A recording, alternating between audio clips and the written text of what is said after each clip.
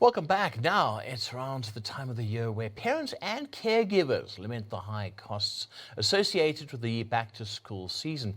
School uniform and stationery prices remain a major pressure point.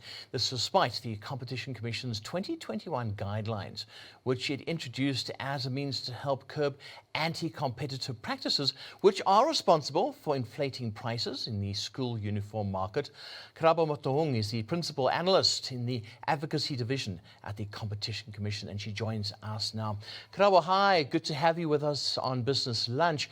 You had an investigation. What did you find? And then there were recommendations. Good afternoon, and thank you very much for having us. Yes, we did investigate anti-competitive practices or behavior within the school uniform market. And our investigation at the time reveals that quite a number of schools had concluded exclusive supply agreements with school uniform suppliers. We also found that these agreements were quite long-term, some of them evergreen, so not having had a start or an end date to these contracts. And we also found that they had actually had not followed any competitive process. So no bidding or competitive process was followed in the appointment of these suppliers. In fact, what we found was that these suppliers had relationships with the schools or with school principals that had been there for many years. And so it was just a continuously building relationship. Yeah. Okay, so obviously some haven't complied. What happens now? There's got to be some sort of recourse because you've got very angry parents, and I'm sure you've received quite a few complaints.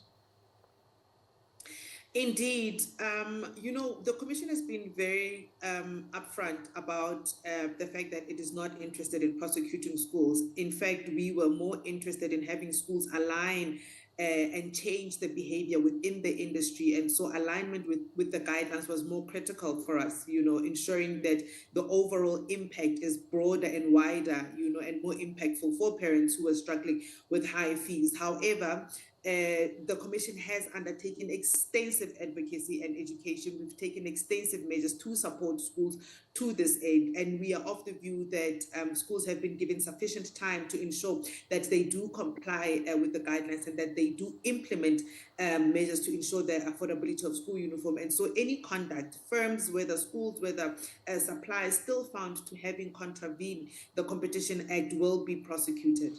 Will be prosecuted.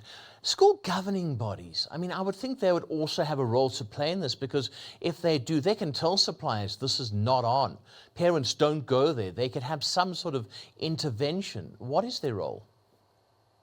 In fact, school governing bodies are responsible for the determination of what becomes school uniform. They are responsible for the determination of who then becomes the supplier. However, that has not been the case. School governing bodies have not been playing that role. And we hear this a lot from Dade Matakanya of the National School Governing Body Association when he speaks about the role of SGBs. And so there is indeed a role for SGBs to play. And the thing is, SGBs also have parents that sit on them and are members of these SGBs. And so parents equally have the responsibility to be able to say to the school or to the school executive holders, no, we are not going to agree to this. We are not going to appoint this person. Or we need you to ensure that you have followed a pro-competitive process in the appointment of suppliers. Yeah, right. The basic education department, that would be the next obvious place to go to. I understand there's some sort of mechanism that is being worked on by the basic education department. The results due out later on this year. Could you give us any more clarity on that? Indeed. So one of the challenges for the Commission has been monitoring the compliance by schools. You can just imagine the number of schools that we have in the country, some being in very remote areas, not being able to contact them. And so one of the tools that we are looking to use is something that is being used by the Department of Basic Education currently to collect information from schools. So this is information about the number of schools in the system, the subject, or whatever information that the department requires from the school. So we want to use that tool to be able to input certain data that we want to collect out of this, so that when the Department of Basic Education collects this information from the school, they can also collect on our behalf, and we can then be able to use this information to track the compliance by schools to the guidelines, to check whether or not they are rotating suppliers, but also to check the prices of the suppliers, to check the prices of school uniform, not because we want to regulate prices, but because we are responsible as the Commission to monitor and prosecute against excessive pricing. So those are the reasons why we do want to be collecting this information. Yeah. What are the penalties if somebody or a school is found to be colluding with a supplier? What are the penalties?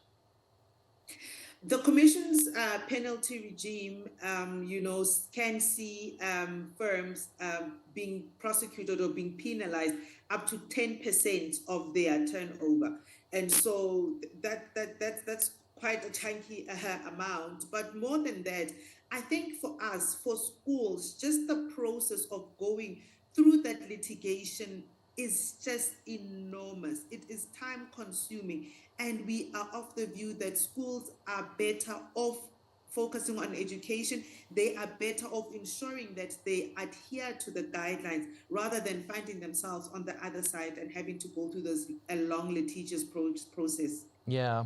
Maybe an idea. I know schools want to have their own identities, but have one uniform for everybody. Maybe have your badge, do whatever, but one uniform. I mean, that has been a debate, right? And you are quite correct to say schools do want to have their own identity. They want to be able to identify and differentiate their learners from other learners. But we must also remember that you also have small businesses that are participating in the uniform business, right? And so they may not be able to compete with your large manufacturers and retailers in the manufacturing of bulk generic uniform. And so they are possibly, succeeding in the niche business of unique items. And so, listen, we have no problem with schools wanting to have their own identity. But what we are encouraging is that schools must ensure that school uniform remains affordable for every single parent. They must reduce the number of items within their school uniform range, but they must also reduce the number of unique items that have badges so that parents can shop around. So we can all be able to afford those school fees and afford those uniforms. Karabo, thank you so much. Good to have you on Business Lunch. I do appreciate you taking the time. Thank you. Thank you. Thank you. That was Karabo Motaung, Principal Analyst in the Advocacy Division at the Competition Commission.